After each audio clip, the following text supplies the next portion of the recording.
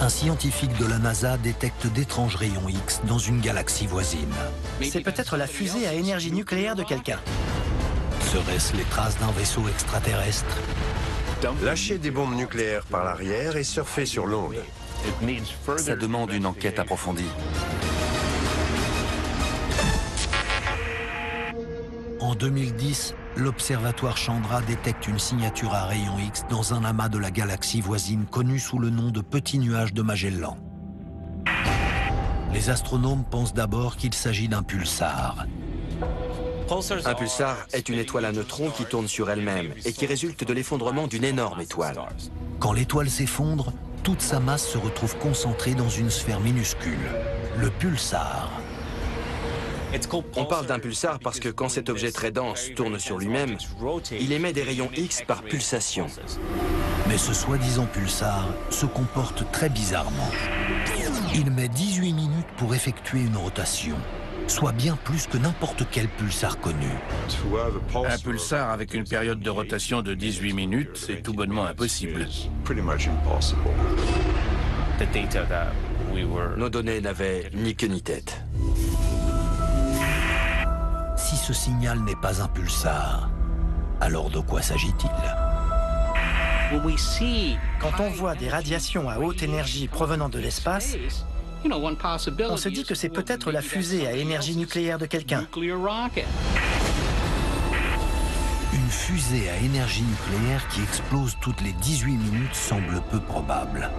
Mais en termes de physique, c'est tout à fait possible. Pour qu'un objet avance, la seconde loi de Newton nous dit qu'il faut une réaction. Pour ce faire, on peut soit brûler du combustible chimique, comme avec nos fusées actuelles, ou alors on peut lâcher de petites bombes par l'arrière et les faire exploser. Leur explosion vous fera avancer. Au début de l'ère spatiale, on pensait pouvoir le faire avec la bombe atomique. La radiation pousserait la plaque à l'arrière de la fusée pour la faire avancer. Ça la pousserait, boum boum boum, dans l'espace. Lâcher des bombes nucléaires par l'arrière et surfer sur l'onde, il n'y a pas meilleure expérience de glisse. Cela semble relever de la science-fiction. C'est pourtant bien réel. Des images tirées d'un projet top secret des années 50 nous apprennent que la NASA envisageait l'utilisation des bombes atomiques comme méthode de propulsion. Le programme avait été baptisé Projet Orion.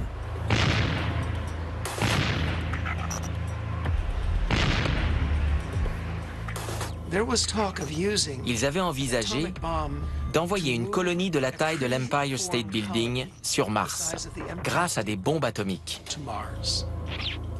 C'était très sérieux et sur le papier, ça fonctionnait. J'imagine que des bombes atomiques seraient utilisées dès la phase de lancement.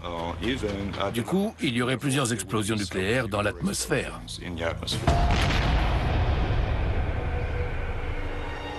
Le projet Orion a finalement été abandonné en 1964 à cause des traités d'interdiction d'essais nucléaires. Mais des accords humains n'empêcheraient pas d'autres civilisations d'utiliser cette technologie. Si on détectait un signal aussi lointain, ça voudrait dire qu'il aurait dégagé une énergie considérable, bien plus importante que n'importe quelle bombe nucléaire jamais produite par l'homme. Il est peu probable que ce signal ait été produit par une civilisation plus avancée. Si les extraterrestres n'ont rien à voir là-dedans, les scientifiques devraient être en mesure d'expliquer le comportement étrange de ce soi-disant pulsar. À l'heure actuelle, on ne sait pas pourquoi il tourne aussi lentement. Mais la théorie voudrait que ce soit une interaction avec une autre étoile qui produit un ralentissement là où on attendrait une accélération. C'est quelque chose qu'on ne s'explique toujours pas. Si c'est un pulsar, il ne se comporte pas comme ceux qu'on connaît. Il est unique, du moins en l'état de nos connaissances. Mais c'est exactement l'idée que je me fais d'une fusée digne du projet Orion. À chaque fois que l'on découvre quelque chose qui ne se comporte pas comme on le voudrait, c'est bien de garder à l'esprit qu'il y a peut-être quelqu'un derrière tout ça.